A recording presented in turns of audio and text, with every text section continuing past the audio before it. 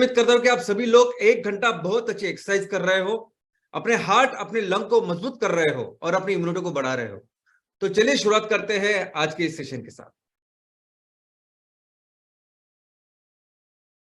दोस्तों, पिछले 2 सप्ताह हम एक टॉपिक को डिस्कस कर रहे हैं और वो टॉपिक है सॉलिड वेस्ट मैनेजमेंट। हमने देखा कि अगर हमें पर्यावरण की सुरक्षा करनी है, पर्यावरण का ख्याल रखना है, तो एक सेक्टर के ऊपर बहुत अच्छी तरह से हमें काम करना पड़ेगा और वो है वेस्ट निर्मूलन, वेस्ट एलिमिनेशन। हर तरह के कचरे का निर्मूलन, solid waste, liquid waste, gaseous waste.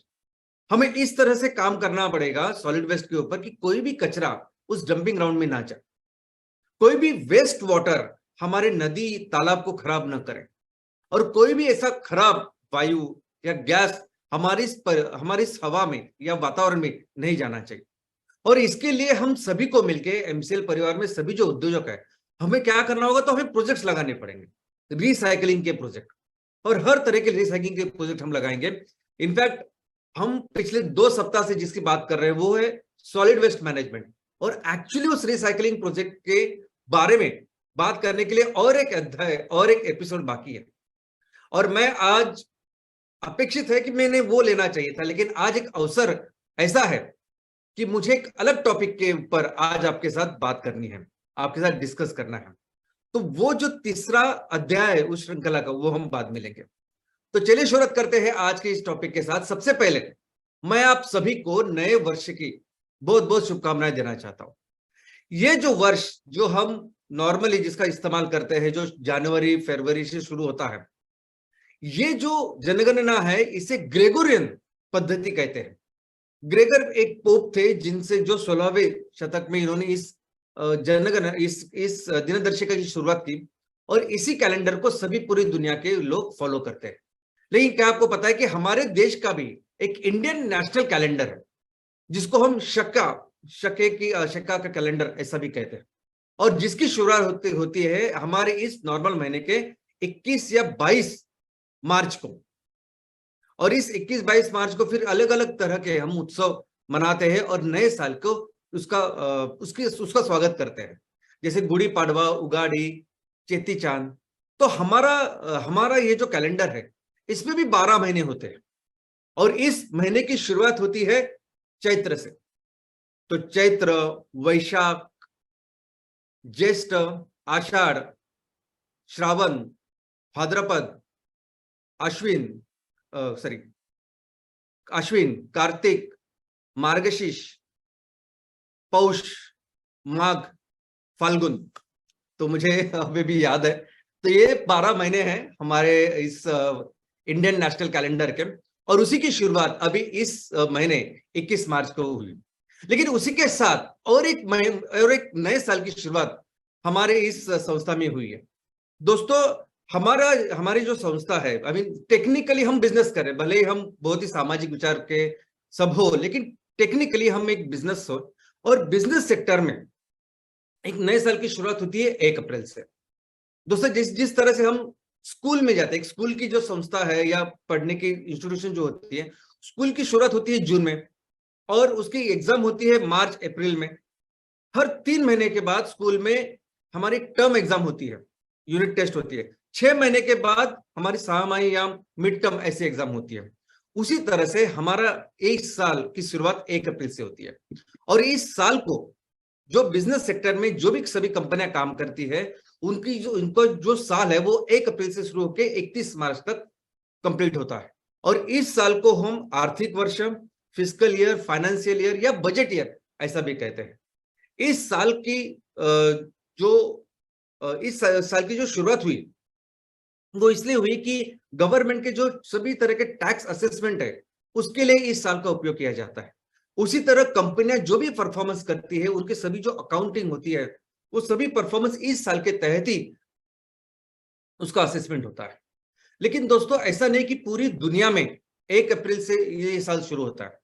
हर देश में अलग अलग अपनी पद्धति है, लेकिन बहुत सारे देशों में ये जो आर्थिक वर्ष है ये शुरू होता है जनवरी से। 1 जनवरी से लेकर 31 दिसंबर, ये साल जो हमारा कैलेंडर ईयर है वही आर्थिक वर्ष मनाया जाता है बहुत सारे देशों में। लेकिन इसके अलावा अमेरिका जैसे शहर में 1 अक्टूबर से शुरुआत होकर सितंबर एंड तक वो साल होता है, किसी देशों में 1 जुलाई से शुरू होकर जून एंड तक होता है, किसी देश में 1 मई से शुरू होता है। ईरान ऐसा देश है कि जो 21 मार्च से अपना ये आर्थिक वर्ष शुरू करता है, और 21 मार्च एक ऐसा दिन है कि जब सूर्य उत्तराखंड में मैक्सिमम लेवल पे होता है। उसी तरह भारत ने भी ये जो 1 अप्रैल से 31 मार्च तक ये जो साल अपनाया है, ये ऑफ कोर्स हमें फिर अंग्रेजों ने दी हुई देन है। अंग्रेज खुद इसी साल का उपयोग करते हैं, और कई बार ऐसे भी हुआ कि हमारे इस साल की ये जो साल है वो 1 जनवरी से शुरू करें, ऐसे कई प्रस्ताव आ गए थे, लेकिन वो अभी तक हुए नहीं, एग्जीक्यूट हुए नहीं। तो दोस्तों अब इस साल, अब इस 1 अप्रैल से हम नए फाइनेंशियल ईयर, नए वित्तीय वर्ष की शुरुआत कर रहे हैं, और ये वित्तीय वर्ष सभी कंपनियों के लिए, सभी बिजनेस एंटरप्राइजेस के लिए बहुत महत्वपूर्ण होता है। और किसी भी नए साल में, यानी कि कोई व्यक्ति हो, कोई संस्था हो, या उस सेक्टर में काम करने वाली कोई भी इंस्टीट्यूट हो, जब भी नए साल की शुरुआत होती है, हम कुछ ना कुछ संकल्प करते हैं, कुछ ना कुछ गोल, ध्येय, मकसद हम उस साल के लिए रखते हैं कि हम उस साल के लिए ये सब का हमें अचीव करना है, और उस तरीके से वो फिर उसकी प्लानिंग भी करते हैं। और उसी तरीके से आज इसी साल का जो संकल्प है, मैं वो आपके साथ शेयर करना चाहता हूं। वैसे देखा जाए तो जो भी बिजनेस में काम करते हैं, ऐसे सभी एंटरप्राइज, उनका संकल्प, उनकी जो प्लानिंग होती है, उनका जो लक्ष्य होता है आने वाले सालों में, वो हमेशा वो लक्ष्य, वो प्लानिंग होती है बिजनेस के रिलेटेड, वो होती है प्रॉफिट के रिलेटेड, रेवेन्यू के रिलेटेड, कि इस साल हमारा इतना रेवेन्यू हुआ, इतना प्रॉफिट हुआ, तो आने वाले दिनों में, आने वाले साल में हम इतना प्रॉफिट करेंगे, हम इतना रेवेन्यू तैयार करेंगे, आने वाले दिनों में हम इतने प्रोडक्ट्स को लॉन्च करेंगे।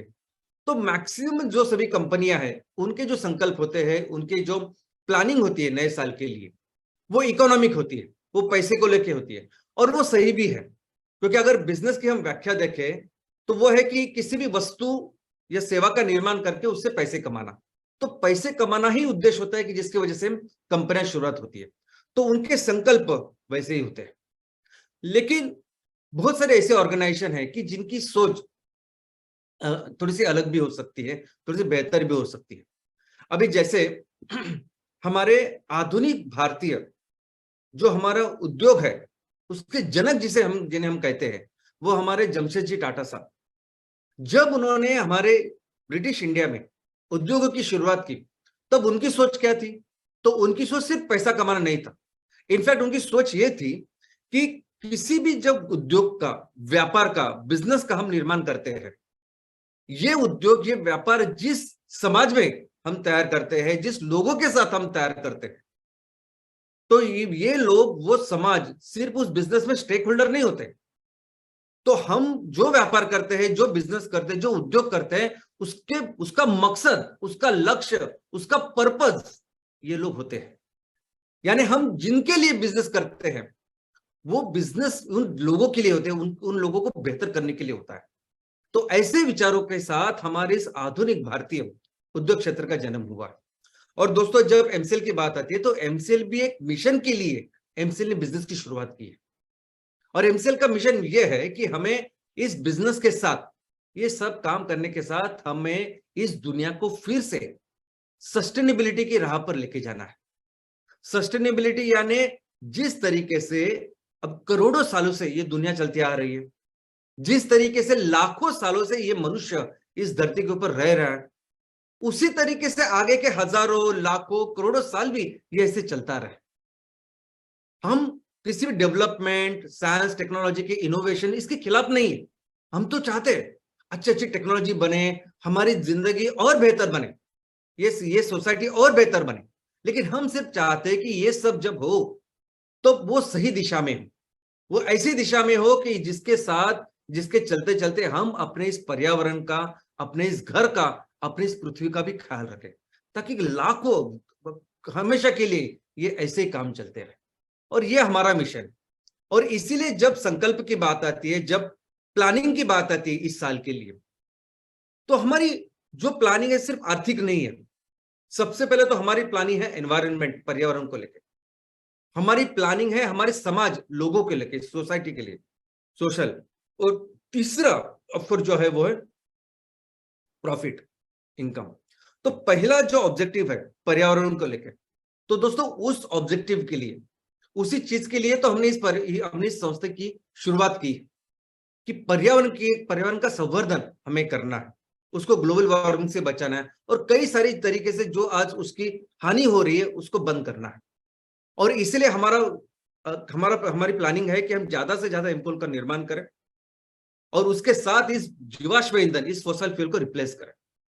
हम ज्यादा से ज्यादा एमसीएनजी का निर्माण करें और फॉसिल फ्यूल को रिप्लेस करें। लेकिन इसी के साथ इस साल हमारा ये भी संकल्प है कि हम इस पेट्रोकेमिकल के प्रोडक्ट्स को भी रिप्लेस करें, मैक्सिमम जितना हम कर सकते हैं वो करें और उसको रिप्लेस करें इको फ्रेंडली प्रोडक्ट के साथ जो हमारी जरूरतों को भी पूरा करें और इस धरती का, पर्यावरण का ख्याल भी रखें। लेकिन इसी के साथ हमारा एक बहुत इंपॉर्टेंट सोशल टारगेट भी है, सामाजिक हमारा ऑब्जेक्टिव भी है, और वो ये है कि हमें ये काम करते करते बहुत सारी रोजगार निर्मित करनी है। यानी आपको तो पता है कि हम जो भी प्रोजेक्ट करते हैं, जो भी काम करते हैं, मैन्युफैक्चरिंग करते हैं, हमारा केंद्र बिंदु है किसान। जो भी काम, जो भी मैन्युफैक्चरिंग, कुछ भी अगर हम करेंगे तो उसका रॉ मटेरियल आएगा किसानों से। तो सबसे ज्यादा जो इस सभी चीजों का जो फायदा होने वाला है वो हमारे किसानों को होने वाला है। लेकिन उसी के साथ जो बाकी के लोग हैं जो शायद शहरों में रहते हैं, कुछ लोग ऐसे हैं गांव में कि जिनके पास जमीन नहीं है, इन सभी लोगों के लिए रोजगार निर्माण करना बहुत इंपॉर्टेंट हमारा लक्ष्य है इस साल के लिए। उसी के साथ ज्यादा से ज्यादा पैसा कमा के मैक्सिमम पैसे हम सीएसआर करके वही हमारे गांव के लिए इस्तेमाल करें और हमारे जो चैलेंजेस है उसको पूरा करें, यह हमारा उद्देश्य है इस साल के लिए। और उसके साथ of course the financial target. ठीक है, हम सब इतने विचार करते हैं, सोचते हैं, हमेशा सामाजिक बातें करते हैं, लेकिन बाहर जब दुनिया में जाएंगे और बोलेंगे कि हम लोग ऐसा सब करते हैं तो उनको इसमें ज्यादा इंटरेस्ट नहीं होता। उनको सिर्फ एक चीज समझ में आती है कि अगर आप बिजनेस कर रहे हैं, अगर आपकी ये जो संस्था है, ये कंपनी है, तो फिर नंबर्स किधर है, कितना रेवेन्यू आपने तैयार किया, कितना प्रॉफिट आपने तैयार किया, और उसके ऊपर होता है कि आप एक्चुअली कितने पास हो गए हैं, कितना फेल हो गए हैं, या कितने अच्छी तरीके से आप अपने बिजनेस को कर रहे हैं। तो हम कितनी भी पढ़ाई करें साल भर, अल्टीमेटली हमारा जो रिजल्ट आता है, मार्कशीट आता है, वो मार्कशीट, वो रिजल्ट है ये फाइनेंशियल्स, ये रेवेन्यू और ये प्रॉफिट। लेकिन दोस्तों सबसे अच्छी बात यह है कि हम इस एमसीएल में कोई भी जब काम करते हैं ना, कोई भी छोटा से छोटा काम अभी आने वाले दिनों में हम लोग करेंगे, कोई भी छोटी से छोटी वस्तु भी तैयार करके अगर हम लोग बेचेंगे तो इस एक चीज की वजह से हम तीनों हमारे ऑब्जेक्टिव हम पूरे करेंगे। वो वस्तु ऐसी होगी कि जो पर्यावरण का ख्याल रखेगी, वो वस्तु ऐसी होगी कि जिसकी वजह से ये एम्प्लॉयमेंट, रोजगार का निर्माण होगा, सीएसआर का निर्माण होगा, और ऑफकोर्स उस वस्तु से हमें पूरे जो फैमिली स्टेक होल्डर है उनको प्रॉफिट मिलेगा। लेकिन अगर एमसीएल को देखा जाए सिर्फ बिजनेस के तौर पर, ये सभी जो बिजनेस कम्युनिटी है, ये सभी लोग जो अलग अलग तरह की जो कंपनियां हैं जो बिजनेस कर रही है नेशनल लेवल पे, इंटरनेशनल लेवल पे, अगर उनके नजरिए से अगर हम एमसीएल को देखें तो एमसीएल बहुत अच्छा काम कर रही है। क्योंकि किस तरीके से कोई भी कंपनी ग्रो होती है ये मुझे बताइए। कोई भी कंपनी जब किसी भी सेक्टर में शुरुआत होती है ना, पहले वो छोटे से स्केल पे अपना बिजनेस करती है, उसको करती है, समझती है, फिर वो अपना स्केल बढ़ाती है, बड़ा करते करते करते फिर वो अपने सेक्टर में एस्टैब्लिश होती है, और वो एक सेक्टर में एस्टैब्लिश होने के बाद फिर वो दूसरे सेक्टर में फिर डाइवर्सिफिकेशन की सोचती है, अलग अलग सेक्टर में काम करने की शुरुआत करती है। और वैसे ही इतिहास ऑलमोस्ट सभी कंपनियों का है।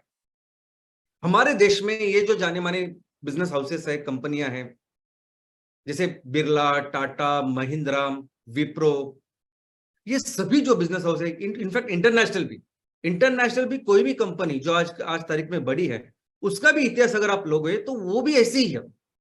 सभी कंपनियों ने जब शुरुआत की थी, सब उन्होंने शुरुआत की थी एक छोटे से व्यवसाय के साथ, बिजनेस के साथ, और धीरे धीरे धीरे करके उन्होंने अपने इस बिजनेस को बड़ा किया है। तो इस सारी परिस्थिति में अगर आप एमसीएल को देखेंगे तो MCL one of the fastest growing organization in the world. पूरी दुनिया में एमसीएल जैसे जितनी फास्ट ग्रो होने वाली ऑर्गेनाइजेशन नहीं है। और किसी भी एंगल से देखिए आप इसको, सबसे पहले तो कोई भी ऑर्गेनाइजेशन दुनिया में ऐसी नहीं है कि जिसके पास 35 लाख से भी ज्यादा किसान आज उनके स्टेक होल्डर है। इनके इतने सारे किसानों को लेके उनको अपनी कंपनियों में भागीदार, यानी वो सिर्फ हमारे, उन्होंने कुछ फॉर्म साइन नहीं किया, सदस्य नहीं बने, सिर्फ वो हमारे कंपनी के शेयर होल्डर है, भागधारक है। इतने सारे किसानों के साथ काम करने वाली कोई भी संस्था आज की तारीख पे ना भारत में है, ना पूरी दुनिया में कहीं है। कोई भी ऐसी कंपनी नहीं है पूरी दुनिया की जिसके अंदर 900 से ज्यादा कंपनियां हैं। एक ब्रांड के अंदर 900 से ज्यादा सब्सिडीज है, कोई भी कंपनी नहीं। प्रोजेक्ट की बात करें तो आज 14 प्रोजेक्ट है जो पूरी तरह से कंप्लीट है और जिसका प्रोडक्शन, प्री प्रोडक्शन चल रहा है। और वो अभी ये होने के बाद वो अपने बिजनेस साइकिल एस्टेब्लिश करेंगे। इसके अलावा आज 83 कंपनीज है, एमकोल कंपनीज है, जो पूरी तरह से तैयार है और वहां से प्लांट एंड मशीनरी जाना बाकी है। अभी इसमें भी अगर आप देखेंगे कि ये थोड़ा सा डिले हुआ शुरुआत में, जो अभी डिले हो रहा है, थोड़ा सा वक्त लग रहा है, वो इसी के लिए कि इनिशियली बहुत जल्दी ये काम करने के लिए हमने बाहर के कुछ जो वेंडर्स है उनके साथ काम किया। कुछ चीजों के लिए हमने बाहर के जो हमारे देश में जो अलग अलग वेंडर्स है, कॉन्ट्रैक्टर, उनको बोला कि आप ये काम तैयार करके हमें दीजिए कॉन्ट्रैक्ट। उन्होंने कहा कि 4 हफ्ते में देंगे, लेकिन 12 हफ्ते होते हैं, लेकिन भी वो भी हमें अभी दे नहीं रहे। लेकिन ऑफकोर्स हमें खुद की हमें कैपेसिटी तैयार करनी है, पहले से हम लोगों ने ये सोचा था। इनिशियली सिर्फ पीरियड के लिए हमने उनसे वो तैयार करने के लिए पूछा था, लेकिन उनका तो उनको वक्त लगा जो कर रहे हैं। लेकिन इसी के साथ अभी हम अपनी कैपेसिटी भी बिल्ड कर रहे हैं। तो आने वाले दिनों में ये जो 83 कंपनीज है, इनकी प्लांट एंड मशीनरी बहुत फास्ट लगने वाली, क्योंकि वे हर एक चीज हम अपने घर में खुद बनाएंगे। कोई भी चीज के लिए हम लोग बाहर के ऊपर डिपेंड नहीं रहेंगे। तो आने वाले दिनों में जब एमकोल की शुरुआत होंगी तो आप अपेक्षा नहीं करोगे कि इतनी जल्दी हम प्लांट एंड मशीनरी आपके यहाँ डिलीवर करेंगे। यानी हमारा नाम शायद आने वाले दिनों में ऐसा भी हो सकता है कि ये कंपनी बहुत फास्ट ऐसे प्रोजेक्ट लगाती है। इसके अलावा हाँ, आज एक स्पेशल दिन ऐसा है कि मैं इस अवसर पर हमारे पूरे एमसीएल परिवार की तरफ से हमारे राजस्थान के लाडनुन तहसील की जो टीम है, एमसीएल की टीम है, मां करनी बायोफ्यूल्स प्राइवेट लिमिटेड, इनका विशेष अभिनंदन करता हूं। मैं विशेष अभिनंदन करता हूं मिस्टर और मिसेस बागरवाल सर का, मैडम का, और उनकी एंटायर टीम का, क्योंकि डे 1 से बागरवाल साहब जिस तरीके से काम कर रहे हैं वो बहुत ही प्रेरणादायी है, वो बहुत ही इंस्पायरिंग है। और आज उनकी कंपनी पहली कंपनी है जिनको बहुमान मिला है कि उन्होंने अपने यहाँ ना कि सिर्फ फैक्ट्री कंप्लीट की है, वो पूरी प्रोडक्शन किया है, लेकिन उन्होंने बिजनेस साइकिल का एस्टेब्लिशमेंट किया। यानी माल तैयार किया, माल को बेचा, उनसे पैसे लिए और ये पूरी तरह से वो बिजनेस साइकिल कंप्लीट किया। और आज ऐसी उनके जगह पे, एक जगह पे एमकोल का प्रोजेक्ट है और उसी को लग के एमसीएनजी का प्रोजेक्ट का काम चल रहा है। तो आने वाले दिनों में बागरवाल साहब एमसीएनजी के बारे में भी ऐसा काम करने वाले, इसके बारे में मुझे पूरी उम्मीद है। इनफैक्ट ये सभी लोग, I mean it is not just about Napier grass. मैंने देखा है कि बागरवाल साहब उनके राजस्थान में जहां पानी कम है, जहां बायोमास कम होता है, तो किस तरीके का बायोमास हम इस्तेमाल करेंगे वो उस पर भी काम कर रहे हैं। तो आने वाले, मैं सबके सामने कॉन्फिडेंटली बात बोलता हूं कि आगे 3 साल, 5 साल, 7 साल के बाद वो इतना प्रेरणादायी उनका काम होगा कि जो भी कोई उद्योग करना चाहेगा, बिजनेस करना चाहेगा, उनको उनके बारे में पता होगा। तो सर, आपका और आपके पूरी टीम का, हमारी पूरी फैमिली की तरफ से, परिवार की तरफ से बहुत बहुत अभिनंदन। इसी के साथ लगभग 49 जगह पे हमारे एमसीएनजी के प्रोजेक्ट चालू है। 18 लोकेशन पे सेकंड फेज का काम चल रहा है, जोरों से वो खत्म हो जाएगा, और 31 जगह पे फर्स्ट फेज का काम चालू। यहां तक कि आज एमसीएल का जो प्रेजेंस है, एमसीएल 980 से भी ज्यादा तहसीलों में काम कर रही है और ये बढ़ रहा है। किसी भी पैरामीटर से अगर आप देखेंगे, बायोफ्यूल मैन्युफैक्चरिंग में भी देखेंगे, तो कोई भी ऐसी कंपनी नहीं है आज तारीख में पूरी दुनिया में जो इतने बड़े स्केल में ये बायोफ्यूल मैन्युफैक्चरिंग के प्रोजेक्ट्स कर रहे हैं, कोई भी नहीं। और ये जैसे एक प्रोजेक्ट की शुरुआत हुई, अभी सभी प्रोजेक्ट ऐसे ही शुरू होगी। कोई एक आम बात होगी कि एमकोल को तैयार करना और उसको बेचना, ऐसे ही कुछ दिनों के बाद आम बात होगी कि एमसीएनजी तैयार हो रहा है और हमारे पंप है उसके द्वारा हम बेच रहे हैं। लेकिन इतने बड़े स्केल पे कोई भी कंपनी आज की तारीख में नहीं काम कर रही, और इतने सारे लोग भी उनके साथ जुड़े हुए नहीं। तो दोस्तों, ये तो होना ही है। यानी हम जैसा हमने आपको प्रॉमिस किया, इनफैक्ट हम सभी ने मिलकर हमारे किसानों को, हमारे लोगों को जैसे प्रॉमिस किया, वो सभी प्रोजेक्ट हम लगाएंगे। एमकोल के प्रोजेक्ट लगाएंगे, एमसीएनजी के प्रोजेक्ट लगाएंगे। भले ही ये प्रोजेक्ट लगाने का तरीका एमसीएल का थोड़ा सा अलग हो। एमसीएल उस तरीके से बिजनेस नहीं कर रही है जिस तरीके से बाकी के लोग करते हैं। बाकी के लोग अपनी इक्विटी, अपनी पूरी कंपनी को किसी विदेशी कंपनी को बेच डालते हैं और उस तरह से पैसा वगैरह कमाते हैं और बिजनेस करते हैं। वैसा हम लोग नहीं करेंगे। हम कभी भी अपने किसानों के, हमारे जो लोग, हमारे युवा जो तहसील में है, उनका भविष्य किसी को बेचेंगे नहीं और उनके पैसे से नहीं प्रोजेक्ट लगाएंगे। हम अपने तरीके से लगाएंगे, लेकिन लगाएंगे जरूर।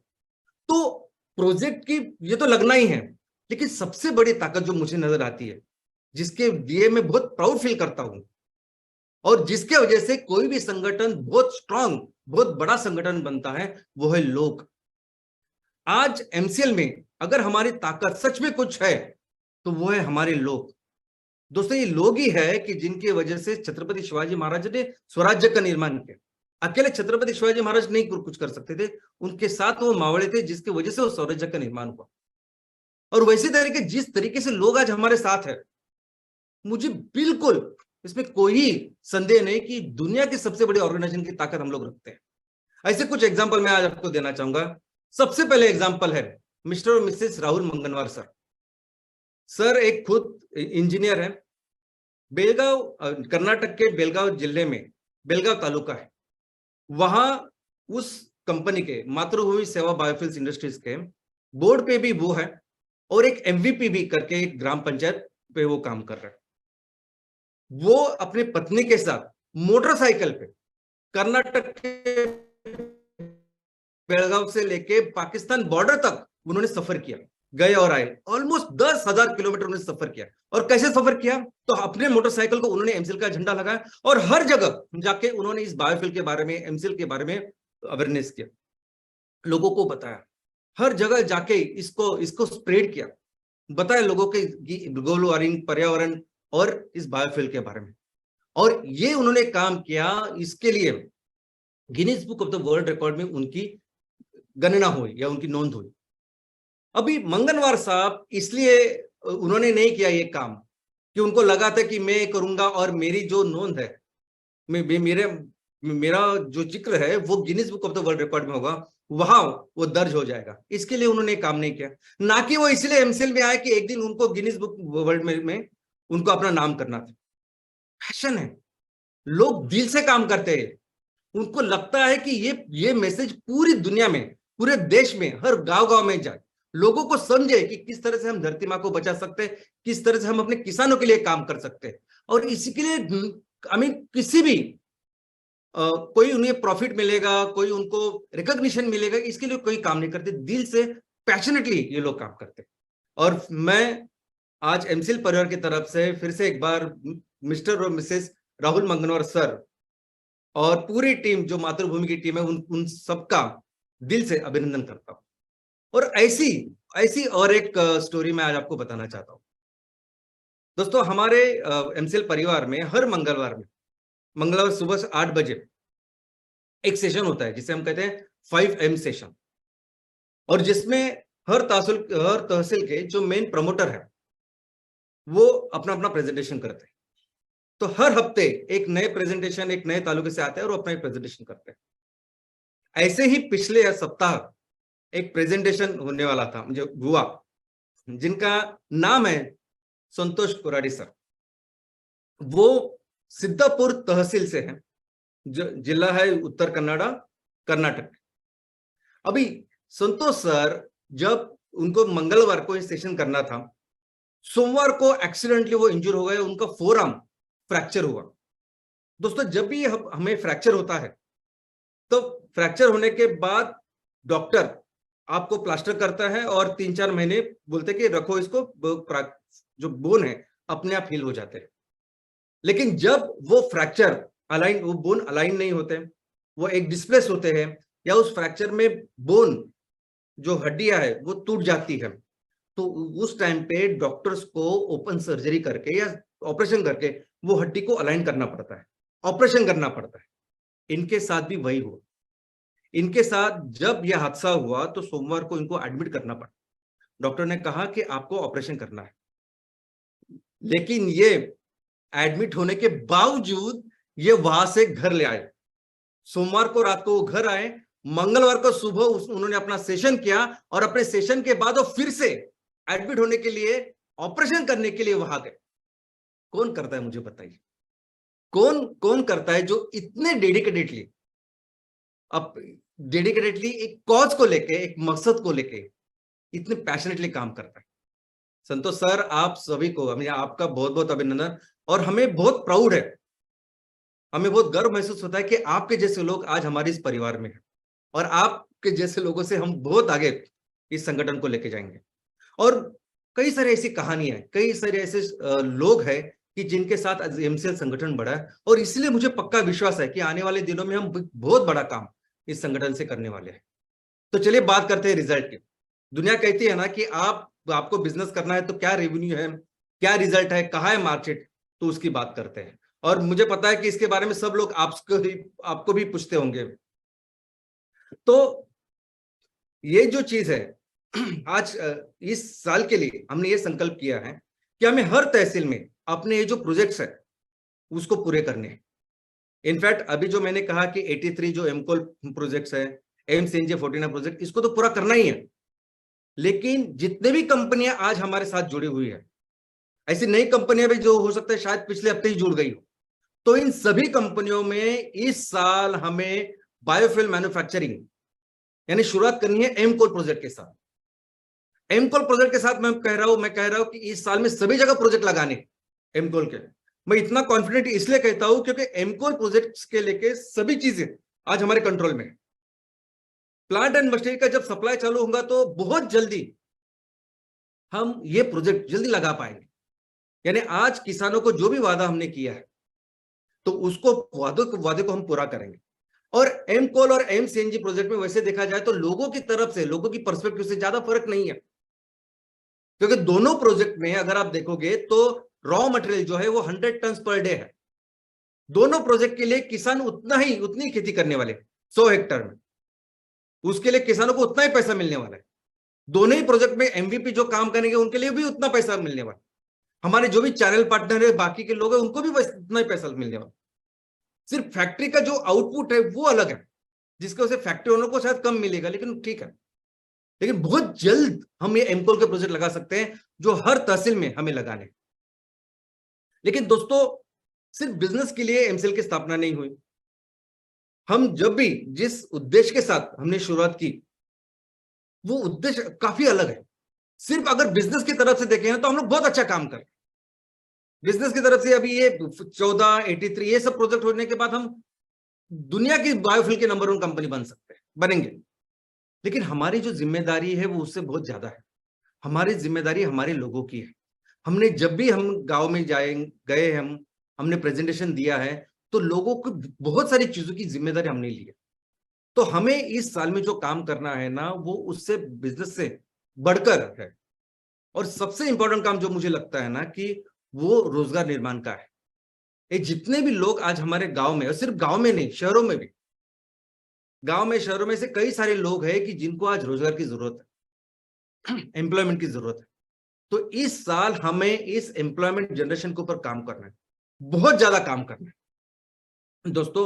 और इसी के साथ और एक चीज है कि हमारे तहसील में यानी गांव में, शहरों में कई सारे ऐसे परिवार है कि आज जिनका इनकम बहुत कम है, वो बिलो पॉवर्टी लाइन में नहीं आते, बीपीएल लाइन में नहीं आते।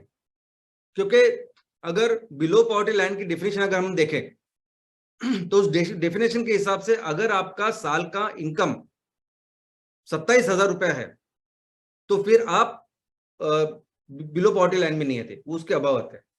लेकिन 27,000 साल का इनकम, इसका मतलब है 2,250 रुपए महीने के।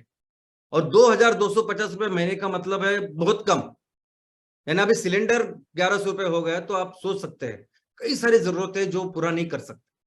तो हमारा उद्देश्य है कि हम मैक्सिमम परिवारों का इनकम हम लोग अच्छे लेवल तक लेके जाएंगे, एक सम्मानजनक लेवल तक लेके जाएंगे कि जिसकी वजह से ना सिर्फ वो अपना पेट पाले, लेकिन अपने बच्चों का एजुकेशन के लिए अच्छा काम करे, या हमें जो मेडिकल जो चीजें हैं वो कर पाए इस तरीके से। अभी ये दोनों चीजों के लिए हम क्या करना होगा? तो दोनों चीजें करने का एक ही तरीका है और वो है बिजनेस। ज्यादा से ज्यादा बिजनेस तैयार करना, इसका मतलब ज्यादा से ज्यादा माल तैयार करके बेचना, ये एकमेव तरीका है। आप एक तो माल तैयार कीजिए, नहीं तो आप सर्विस सेवा का निर्माण कीजिए और उससे बेचिए, और उससे इन पैसों का निर्माण कीजिए, जिसकी वजह से ज्यादा रोजगार भी तैयार किए जा सकते हैं और ज्यादा लोगों का इनकम भी हम बढ़ा सकते हैं। और इसीलिए एक संकल्प हम इस साल अभी कर रहे हैं, और वो संकल्प यह है कि हमें भारत देश के हर ग्राम पंचायत में और हर शहर के म्युनिसिपल वार्ड में 1 करोड़ का रेवेन्यू जनरेट करना है।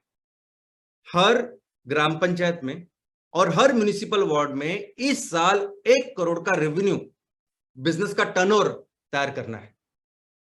अभी काफी सारे सवाल आपके सामने आएंगे, कैसे होगा ये, किधर इतने प्रोडक्ट्स? एक एमकोल की फैक्ट्री लगेगी तो एक एमकोल की फैक्ट्री के साथ थोड़ी हर ग्राम पंचायत में, हर वार्ड में हम इतना माल हमारे पास होगा कि हम लोग 1 करोड़ का सालाना टर्नओवर कर पाएंगे। और दूसरा बहुत इंपॉर्टेंट क्वेश्चन, सवाल आपके दिमाग में आएगा कि हमारे यहाँ, मैं जिस गांव में रहता हूं, मैं जिस ग्राम पंचायत में हूं, हमारे लोग बहुत गरीब है, और इन लोगों के साथ मैं कैसे 1 करोड़ का माल इनको बेचूं, जिनकी एक्चुअली रिस्पॉन्सिबिलिटी मैंने ली है। सपोज 100% ट्राइबल है, 100% हमारे, या शहरों में भी ऐसी परिस्थिति हो सकती है, तो किस तरह से मैं ये रेवेन्यू करूं? तो दोस्तों, सबसे पहले मैं आपको बताना चाहूंगा कि हर ग्राम पंचायत में लगभग 500 से लेकर 5000 फैमिलीज है। एक संस्था है SRC सेंटर रिसर्च, इन्होंने अपने इस पंचायत को बेहतर करने के लिए, जो पंचायत राज सिस्टम है हमारे देश में, उसको बेहतर करने के लिए अभी एक सर्वे किया था और उसका रिपोर्ट उन्होंने गवर्नमेंट को दिया। उनके अनुसार हर ग्राम पंचायत में भारत में आज के तारीख में 2000 से लेकर 24,000, ये ऑन एन एवरेज, इतने लोग तो है ही। यानी कई सारी ऐसी ग्राम पंचायत है कि जो 40,000 50,000 तक उनका पॉपुलेशन उधर है। और फैमिलीज अगर आप देखोगे तो एक फैमिली में 5 लोग ऐसा पकड़ के चलते हैं। तो उन्होंने ये भी देखा, यूपी में ऑलमोस्ट ऑन एन एवरेज 1000 लोग हैं, बिहार में 7000 लोग हैं, वेस्ट बंगाल में 1100 लोग हैं। ऐसा उन्होंने पूरा ब्यौरा भी उसका दिया है। उसके अलावा अगर म्युनिसिपल वार्ड में देखोगे आप, तो किसी भी म्युनिसिपल वार्ड में लगभग 2000 से लेकर 10,000 फैमिलीज है। यानी एवरेज पॉपुलेशन 10,000 से लेकर 40,000 50,000 एक म्युनिसिपल वार्ड में। लेकिन वो भी डिपेंड होता है कि कौन सी म्युनिसिपल वार्ड में आप रहते हो। क्या आप, ये नगर पंचायत है, क्या ये म्युनिसिपल काउंसिल है, या ये कॉर्पोरेशन है? उस कॉर्पोरेशन में अलग अलग है, ABC। ए यानी 1 से 5 लाख, 5 लाख से 10 लाख बी, और 10 लाख के ऊपर मेट्रो जिसे कहते हैं, उसमें वो A लेवल की, सॉरी। और जितने बड़े कॉर्पोरेशन, जितना बड़ा हमारा म्युनिसिपल काउंसिल, उतना ज्यादा लोग रहते हैं एक म्युनिसिपल वार्ड। और ये ब्यौरा, ये एक चार्ट आपके सामने रखा है कि यूपी में जो अलग अलग शहर है, उनको लेके एक वार्ड में, म्युनिसिपल वार्ड में कितने लोग रहते हैं। तो आप देखोगे कि जब छोटे स्मॉल सिटी होते हैं तो उसमें 2 5,000 6,000 ऐसे लोग होते हैं, मीडियम में 10-12,000 तक होते हैं, और जब लार्ज सिटी होती है तो 25,000 तक लोग रहते हैं।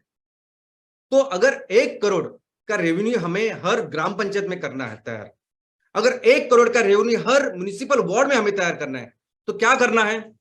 तो अगर हमारे ग्राम पंचायत में, अगर हमारे म्युनिसिपल वार्ड में 2000 फैमिली रहती है, तो हर फैमिली के पीछे हमें 5,000 रुपए का रेवेन्यू या टर्नओवर तैयार करना है, या बिजनेस का निर्माण करना है। और वैसे ही अगर हमारे इस ग्राम पंचायत में या हमारे म्युनिसिपल वार्ड में 5,000 फैमिलीज रहते, तो हर परिवार के पीछे, फैमिली के पीछे 2,000 रुपए का टर्नओवर करना है साल का। लेकिन यही अगर हमारे ग्राम पंचायत में 10,000 परिवार रहते हैं, तो हर परिवार के पीछे हमें टर्नओवर करना है सिर्फ 1,000 रुपए का।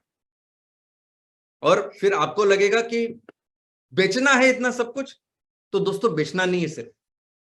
जब मैं कहता हूं कि टर्नओवर करना है, तो सिर्फ बेचना नहीं है, तो उनसे काम करवा के उनसे मैन्युफैक्चरिंग करवाना भी है।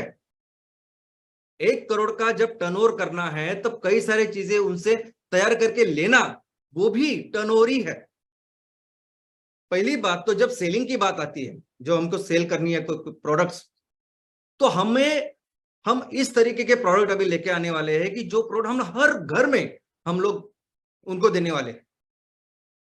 यानी सभी तरह के पेट्रोकेमिकल्स की जो चीजें हैं आज जिसके ऊपर पूरी तरह से हम डिपेंडेंट हैं। हम जब हमारा दिन शुरुआत होती है उस प्लास्टिक के ब्रश के साथ, उस पेस्ट के साथ, केमिकल के साथ, साबुन के साथ, वस्त्र हम लोग जो पहनते हैं, जो कपड़े पहनते हैं, चप्पल वगैरह, ये सब कुछ पेट्रोकेमिकल्स। और चाहे आप कितने भी गरीब हो, कितने भी, लेकिन ये मूलभूत चीज है जो लगती है। और अगर अब हम ऑर्गेनिक इको फ्रेंडली चीजों का निर्माण कर रहे हैं और उसी कॉस्ट में अगर उनको दे रहे हैं, क्योंकि आज की तारीख में ऐसा ना पूरी देश में या पूरी दुनिया में कि ऑर्गेनिक बोले, इको फ्रेंडली बोले तो बहुत महंगी रहती, लेकिन वैसे नहीं। अगर हमने उतने ही कॉस्ट में अगर उनको देने की कोशिश की तो ऑलमोस्ट हर घर अपना वहां हम लोग बेचने वाले हैं, वो कस्टमर वहां हमारे हैं। और उसके साथ हम ये पेट्रोकेमिकल्स को रिप्लेस करने वाले। लेकिन मैन्युफैक्चरिंग, ऐसा समझे कि मेरा गांव है पूरी तरह से ट्राइबल, मेरी ग्राम पंचायत पूरी तरह से ट्राइबल है, लोगों को जरूरत है काम की, तो हम उनसे ऐसी चीजें करवा के लेंगे जो वो अपने घर में करेंगे। अब इन सभी लोगों को रोजगार देना, इसका मतलब ये नहीं कि इन सभी लोगों को हम अपने फैक्ट्री में उस सैलरी पे रखेंगे। आज वो अपने घर में रहकर क्या काम कर सकते हैं, कौन सी चीज तैयार करके हमें दे सकते हैं, वो हम करेंगे। अपने घर में आजू बाजू कौन सी एक्टिविटी वो कर सकते हैं, वो करके वो हमें दे, हम उनको पैसे देंगे।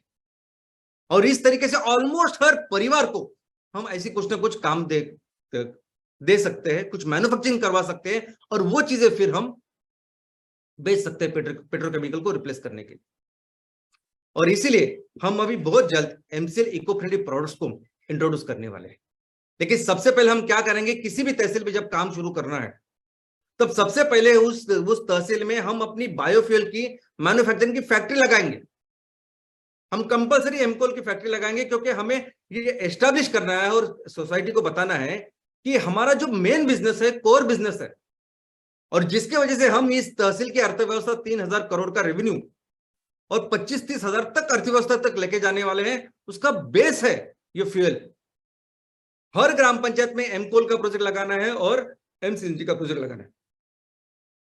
तो उसकी शुरुआत हमेशा इस एक प्रोजेक्ट के साथ होगी, और उसके बाद कम से कम 50 एमसीएल इको फ्रेंडली प्रोडक्ट्स को हम इंट्रोड्यूस करेंगे हमारे तहसील में। कम से कम 50, हो सकता है उससे ज्यादा भी। और सबसे इंपॉर्टेंट बात कि ये सभी काम जो है, ये सभी जो उत्पादन है, वो उत्पादन हमारे लोग ही तैयार करेंगे, हमारे गांव के, हमारे तहसील के लोग तैयार करेंगे। लेकिन हो सकता है कि वो जो उत्पादन है वो सेम तहसील से ना हो सकता है कि वो आजू बाजू के तहसील से हो सकता है कि महाराष्ट्र में अगर बेचना है तो वो कर्नाटक से आएगा, राजस्थान से आएगा, गुजरात से आएगा वो। लेकिन जहां जहां एमसीएल फैमिली है, एमसीएल परिवार है और हम लोग काम कर रहे हैं, वहां हम तैयार करेंगे और इनको बेचेंगे। यानी 1 करोड़ का जो रेवेन्यू तैयार करना है, जो माल बेचना है, वो हमारे एमसीएल के लोग, हमारे गांव के लोग, हमारे तहसील के लोग तैयार करेंगे। और वही किसी बाहर से लाके हमें वो काम करना नहीं। और आपको लगेगा कि ये सच में पॉसिबल है क्या? सच में एक ग्राम पंचायत, इतने सारे लाखों की ग्राम पंचायती है, इतने लाखों के वार्ड, लाखों में, हजारों में वार्ड हो सकते हैं। हर वार्ड में कैसे 1 करोड़ का आप रेवेन्यू तैयार करेंगे? हर ग्राम पंचायत में कैसे आप 1 करोड़ का रेवेन्यू तैयार करेंगे? तो दोस्तों, इसके लिए मैं आपको एक बहुत अच्छा एग्जांपल देना चाहता हूं, और वो है भारत और चीन के बिजनेस का, व्यापार का, कि भारत और चीन में कैसा व्यापार होता है। दोस्तों, 2 दिन पहले, यानी आज शुक्रवार है ना, तो गुरुवार को पूरी भारत में सबसे बड़ी नेशनल न्यूज क्या थी पता है आपको? कि अभी आपने देखा, वो पढ़ी हो न्यूज? वो न्यूज ये थी कि चीन ने फिर से तीसरी अपनी लिस्ट जारी की है। एक ऐसी लिस्ट जारी की है कि जिसमें चीन ने अरुणाचल प्रदेश, हमारे देश के, हमारे राज्य के प्रदेशों में 11 जगहों को उन्होंने अपने खुद के नाम दिए और बता दिया दुनिया को ये हमारे करके। उसमें गांव है, उसमें पर्वत है, नदी है, इस सबको चीन का नाम उसने दिया है। और दोस्तों, पिछले कुछ सालों में तीसरी बार उसने की ये जरूरत। 2017 में उसने पहली लिस्ट तैयार की, वो एस्टैब्लिश की, दुनिया को बताई ये सब हमारा है। 2021 में 2017 में पहली, 2021 में दूसरी लिस्ट, और अभी 2023 में उसने तीसरी लिस्ट प्रकाशित की है और दुनिया को बताया, जैसे बताया कि ये अभी हमारा है। क्यों कर रहा है ये चाइना, क्यों कर रहा है ये चीन? तो दोस्तों, हमारे और चीन के बीच में एक बॉर्डर है।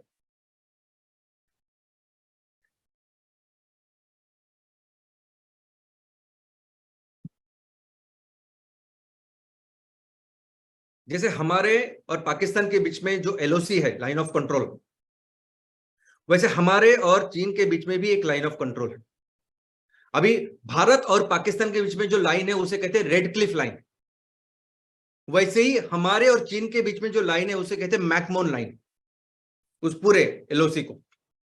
और अरुणाचल प्रदेश में जिस जगह पे चीन इतनी हिम्मत कर रहा है, उसकी हिम्मत इसलिए कर रहा है कि वो अगर वो चीज, वो इलाका अगर उसके कब्जे में चला जाए तो पूरे मैकमोन लाइन पे उसका कंट्रोल आ जाएगा।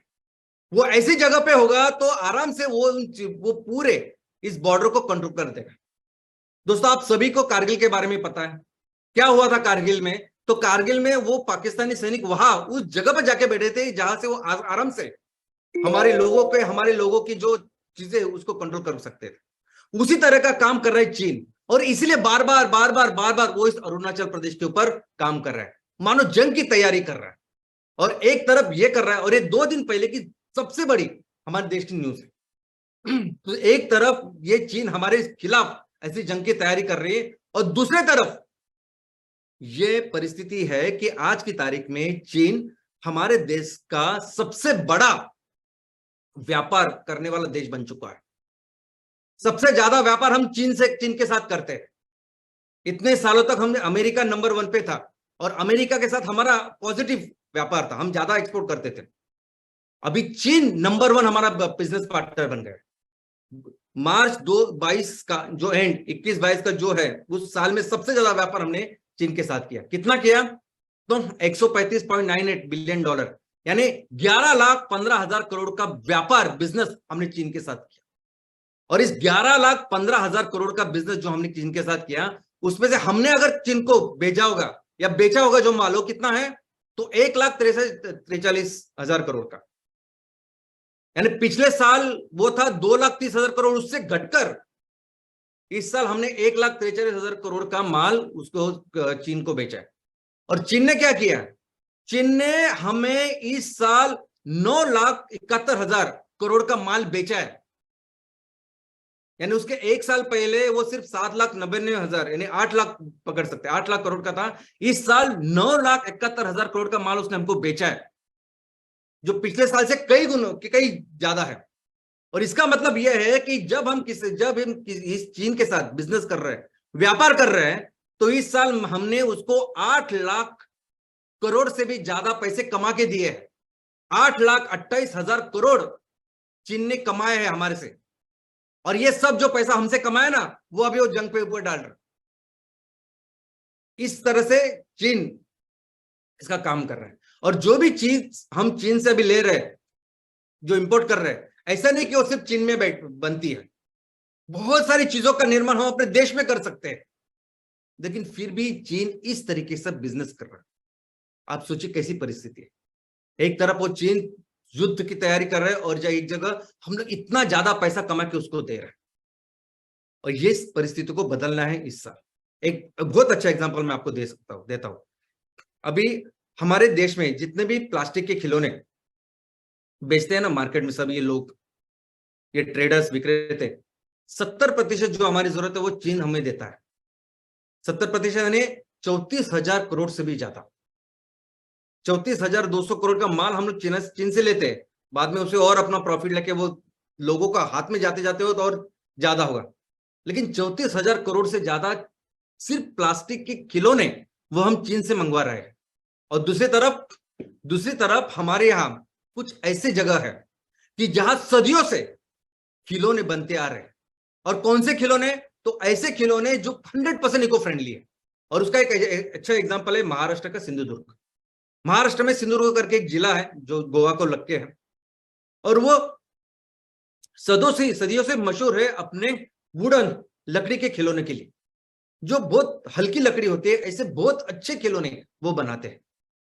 एक समय ऐसा था कि बहुत मशहूर थे, लेकिन आज ऐसी परिस्थिति है कि सिर्फ 100 परिवार है जो 100% ये काम करते हैं। और जो कहते हैं कि अभी पूरी तरह से हमारा बिजनेस व्यापार कम कम कम कम होता गया है, क्योंकि बहुत बड़ा कंपटीशन इस प्लास्टिक के खिलौने जो बाहर से यानी चीन से आते हैं। और अगर उनको बिजनेस भी करना है, कुछ एक्सपांड करना है, तो उनको उतना सपोर्ट नहीं है, ना किसी बैंक का है, ना किसी व्यवस्था या किसी ऑर्गेनाइजेशन का है कि जो उनको बिजनेस को बढ़ाए।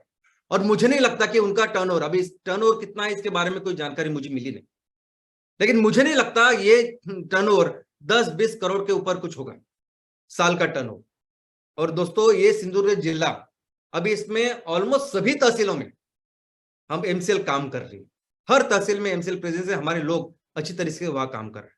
और सोचिए, अगर 1000 करोड़ का टर्नओवर हम लोग साल में करें इस साल अगर हम संकल्प करें कि हम अपने लोगों ने तैयार किए हुए जो लकड़ी के खिलौने वो बेचेंगे, जो इको फ्रेंडली है, सबसे अच्छे और हर तरह के हम लोग कर सकते हैं, तो 1000 करोड़ का टर्नओवर करने के लिए 10,000 लोगों को काम मिलेगा। ये जो 100 लोग हैं ना, फैमिली जो आज तक की तारीख में काम कर रहे हैं, जैसे ही डिमांड बढ़ेगी तो 10,000 लोग उसमें काम कर रहे रहेंगे। तो सिंधुदुर्ग के आजू-बाजू के जितने भी तहसील है, सावंतवाड़ी के आजू-बाजू, उन सभी को रोजगार मिलेगा। और ये काम सिर्फ सिंधुदुर्ग की नहीं, कई सारे, उड़ीसा हो, राजस्थान हो, मध्य प्रदेश हो, साउथ हो, कई सारे ऐसी जगह में है कि जहां सदियों से, सालों से हम लोग खिलौने तैयार कर रहे हैं और सभी इको फ्रेंडली है। इनके बारे में जब आप पढ़ोगे तो आपको पता चलेगा कोई भी ऐसी चीज भारत में भारत की जो संस्कृति है कि हमने हर चीज के पीछे पहले पर्यावरण का ख्याल रखा, और इतने अच्छे प्रोडक्ट हमारे पास है। हमारा तो ये पोटेंशियल कि भारत की तो छोड़ो, पूरी दुनिया में बेच सकते हैं हम लोग ये खिलौने, इतनी कैपेसिटी हमारी है। दूसरी industry, cosmetic industry. Cosmetic industry यानी क्या? तो आप जो साबुन लगाते हो, शैम्पू, कंडीशनर, पाउडर लगाते हो, लोशन लगाते हो, ये सब कुछ कॉस्मेटिक में आता है। साबुन तो लगता ही लगता है ना, हैंड वॉश लगता है, ये सब कुछ। क्या आपको पता है भारत दुनिया का चौथा सबसे बड़ा मार्केट है? चौथा। दुनिया में सबसे ज्यादा माल चौथे नंबर पे भारत में बेचा जाता है ये सब। और आपको सुनकर ताज्जुब होगा कि सिर्फ 3-4 कंपनियां जो डोमिनेट करती है, जो सिर्फ 3-4 बाहर की कंपनियां हैं जो हमारे यहां 2 लाख करोड़ का माल बेच रही है आज की तारीख। क्या आपको पता है? इनफैक्ट अभी इसमें कंपनी है हिंदुस्तान यूनिलीवर कर, 45,000 करोड़ का माल उन्होंने बेचा 2021 में। अभी तो इस साल तो ज्यादा होगा। अभी इसमें अगर आप देखोगे ना, तो जब आप जाते हैं दुकान में, आपको लगता है मैं लाइफ बॉय लू, मैं लक्स लू, मैं डव साबुन लू, मैं हमाम लू, मैं पॉन्ड्स लू। आपको लगता है कितने सारे कंपनियां हैं, कितने सारे प्रोडक्ट्स हैं, मेरी क्या जरूरत है, उसके हिसाब से फिर मैं लूंगा, मैं पियर्स लूंगा। लेकिन आपको अंदाजा ही नहीं है कि ये सभी जो कंपनी है, ये सभी जो प्रोडक्ट एक ही कंपनी बनाती है और हमको बेचती है। जब आपको वॉशिंग पाउडर लेनी है, आप सोचते हो क्या मैं कौन सा लूं, या टिकिया लेनी है आपको, विम की लू, रिन की लू, सर्फ का लू, व्हील का लू, सनलाइट लू। लेकिन आपको अंदाजा ही नहीं ना कि ये सभी जो प्रोडक्ट है एक ही कंपनी बनाती है। आप कौन सा भी लीजिए जो आपके हिसाब से, जो आपको अच्छा लगता है। और हर एक चीज की ब्रांडिंग होती है, वो हर एक चीज की जो एडवर्टाइजिंग मार्केटिंग ऐसी करते हैं ना, अलग अलग। यानी आपको लगता है कि दोनों में कंपटीशन चल रहा है, लेकिन ऐसा नहीं कुछ। सब पैसा उनके, सब आप मोमेंट आप कुछ खरीदते हैं तो सब पैसा जाता है। और ये सब कुछ क्या है? सब केमिकल्स है, आपके हाथों के लिए, बालों के लिए, स्किन के लिए बिल्कुल अच्छे नहीं। और दोस्तों, यही नहीं, जब भी हर प्रोडक्ट के बारे में आज ऐसा है, कॉस्मेटिक की बात करें तो सोप, शैम्पू, कंडीशनर, और इस तरीके से ये लोग ऐड करते हैं, इस तरीके से के ये मार्केटिंग करते हैं। यानी ये सब चीजें बहुत बहुत खराब है हमारी पूरी व्यवस्था के लिए। लेकिन ऐड तो इस तरीके से करते हैं कि अगर हमने आज से शैम्पू लगाया तो मैं हीरो जैसा दिखूंगा, तो मैं हीरोइन जैसी दिखूंगी और मेरे बाल बहुत खूबसूरत होंगे, ऐसा में लगता है। लेकिन दोस्तों, ये बात इसकी है ही नहीं। यानी प्रोडक्ट जो है, मैं इसलिए नहीं कर रहा हूं, मैं ये सभी जो चीज है ना, लोगों का ख्याल रखने की चीज मैं आपको बोल रहा हूं। ये चीज सिर्फ स्वदेशी मूवमेंट जैसी बात नहीं कर रहा हूं मैं कि हमें चाइना का पूरा माल बंद करना है और हमारा माल बेचना है, अमेरिका से प्रॉक्टर गैम्बल ये सब चीज का बंद करना है और हमारा माल बेचना है। मैं उसकी बात नहीं कर रहा हूं। एक समय था, स्वदेशी मूवमेंट थी, जब हमने अंग्रेजों का माल उसको बैन किया था और अपना माल जो है लोगों उसका प्रोत्साहन दिया था, वो उतना उसका समय था। आज जो चीज है, यानी चाइना से कुछ माल आ रहा है उसको बंद करने की बात कर रहे हैं, वो इसलिए नहीं कर रहे कि हमें स्वदेशी की मूवमेंट तैयार करनी है। आज पूरी दुनिया एक ग्लोबल विलेज बन गई है, पूरी दुनिया एक सिंगल मार्केट बन गया है। और इस तरीके के हम लोग हैं अभी जगह पे, हम लोग हैं कि यहाँ अभी सर्वाइवल ऑफ द फिटेस्ट है। आपका प्रोडक्ट अगर सबसे अच्छा है, आप सच्चे अच्छे तरीके से अगर बिजनेस स्ट्रेटेजी है, तभी आप इसमें रह पाओगे। आप इस देश के उस देश के अभी उसका फर्क नहीं पड़ता। अगर हमारे हमारे प्रोडक्ट अगर अच्छे हैं तो पूरी दुनिया में आज हम उसको बेच सकते हैं। ये वो चीज है जिस प्रोडक्ट में बात करता हूं। अगर मैं बात करता हूं कि ये सभी केमिकल्स को हटा के हमें अपने देसी आयुर्वेदिक चीजों को अगर बेचना है, तो ये बात हो रही है अच्छे और बुरे की। क्योंकि ये सभी जो केमिकल्स जो आज की तारीख में आज ये लोग ये कंपनियां बेच रही है और इतना सारा प्रॉफिट जनरेट कर रही है, ये सभी केमिकल्स कैंसरस है। ये सभी केमिकल के साथ हाथों का, बालों का, स्किन का बिल्कुल ख्याल नहीं रखा जाता।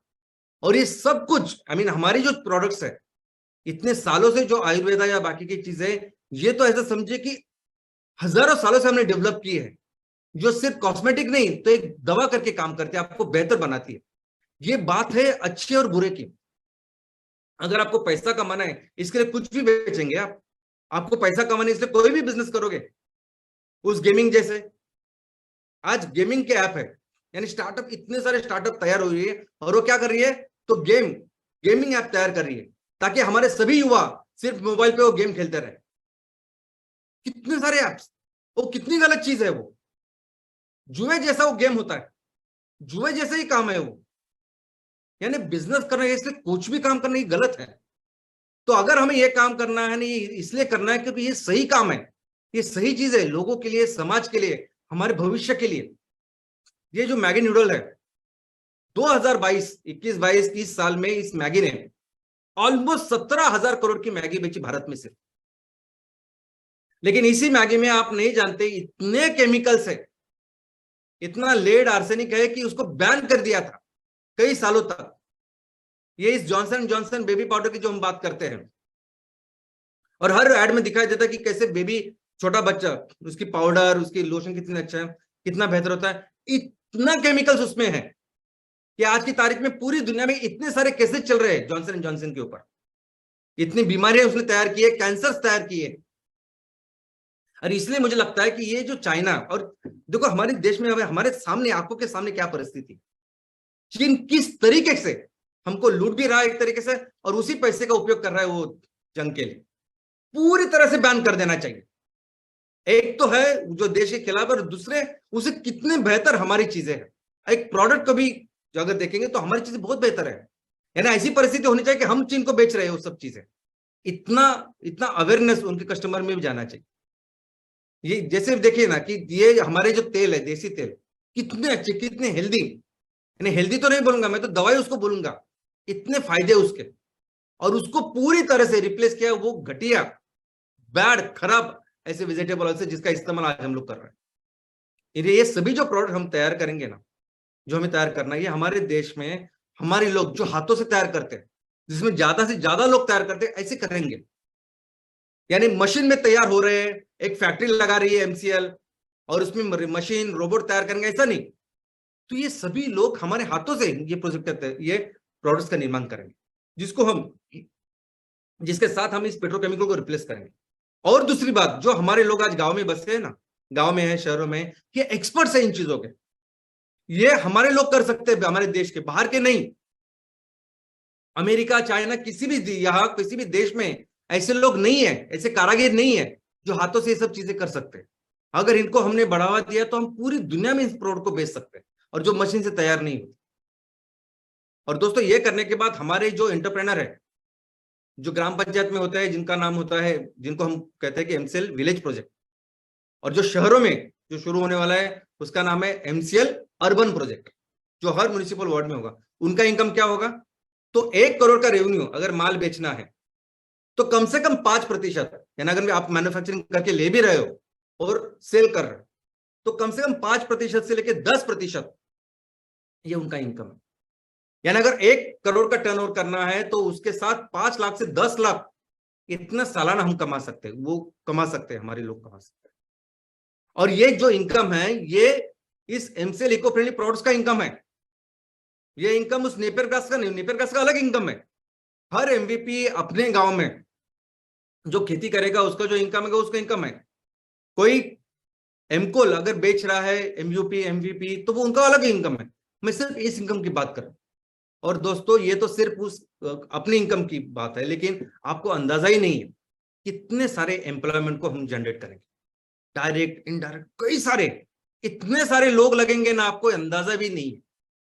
किसी को भी जरूरत नहीं होगी अपना घर छोड़ने की इस रोजगार के लिए, काम के लिए, अपना गांव छोड़े, अपना शहर छोड़े और किसी दूसरे शहर में, गांव में जाके, आई मीन शहरों में जाके झोपड़पट्टी में बैठे। तो पूरी तरह से 100% एम्प्लॉयमेंट जनरेट हम लोग कर सकते हैं। और इसलिए हमारा संकल्प है, हमारा 2023-24 में यह संकल्प है दोस्तों, कि हमें अभी इस शहर में, इस आर्थिक वर्ष में हर जगह, यानी शहर में और ग्रामीण दोनों इलाकों में काम कर, हर जगह काम करना है। हमारे ग्राम पंचायत कितने हैं? तो हमारे ग्राम पंचायत है 2,52,000। 6 लाख गांव है और 6 लाख गांव से बनती है ऑलमोस्ट 2.5 लाख इतने ग्राम पंचायत। और वैसे अगर हमारे शहर देखोगे, यानी 35% लोग, 34% से 35% लोग शहरों में रहते हैं। वार्ड में अगर देखोगे तो कितने वार्ड पूरे भारत में है, इसके कोई आंकड़ा मुझे मिला नहीं, लेकिन हो सकता है कि लोग 1 लाख पकड़े, ये 1.25 लाख, 1.5 लाख तक हो सकते हैं। तो मैंने मैक्सिमम पकड़े कि 2 लाख तक अगर म्यूनिसिपल वार्ड हमारे यहाँ है, अलग अलग शहरों में गांव लोग रहते हैं, और ऐसे टोटल वार्ड पूरे भारत के इतने हो सकते हैं।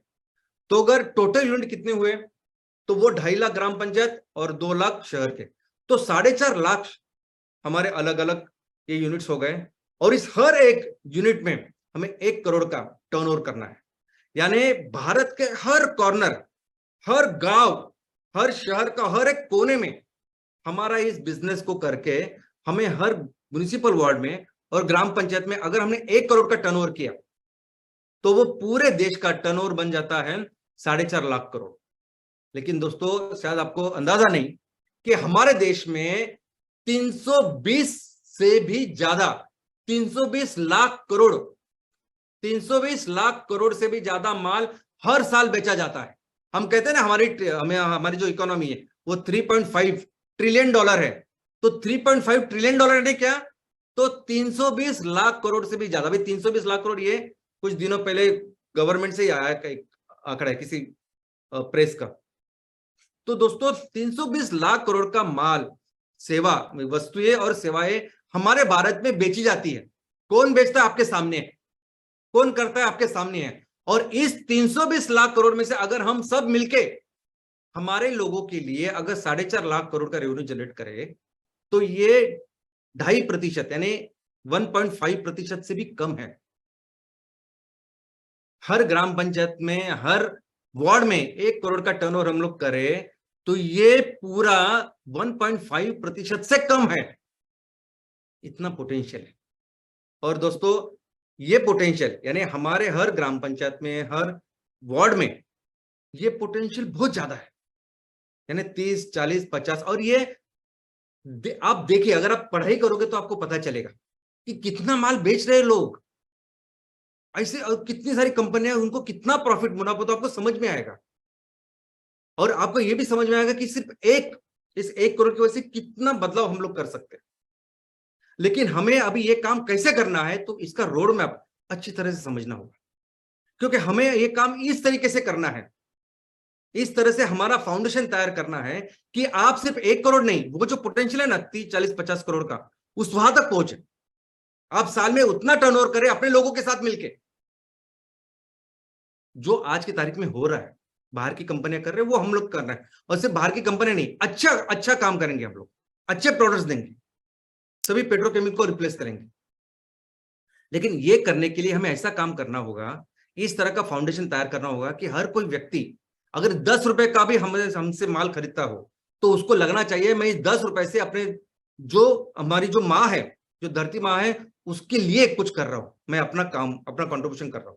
अगर मैं 10 रुपए की चीज अगर एमसीएल से ले रहा हूं, तो मैं हमारे किसानों के लिए, हमारे लोगों के लिए कुछ कर रहा हूं, उनकी सेवा कर रहा हूं, ऐसे लगना चाहिए।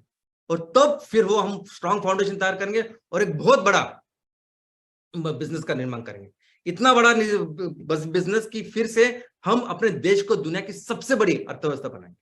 और वो कैसे करेंगे, ये हम समझेंगे नेक्स्ट अगले बुधवार को, अगले शुक्रवार। Thank you.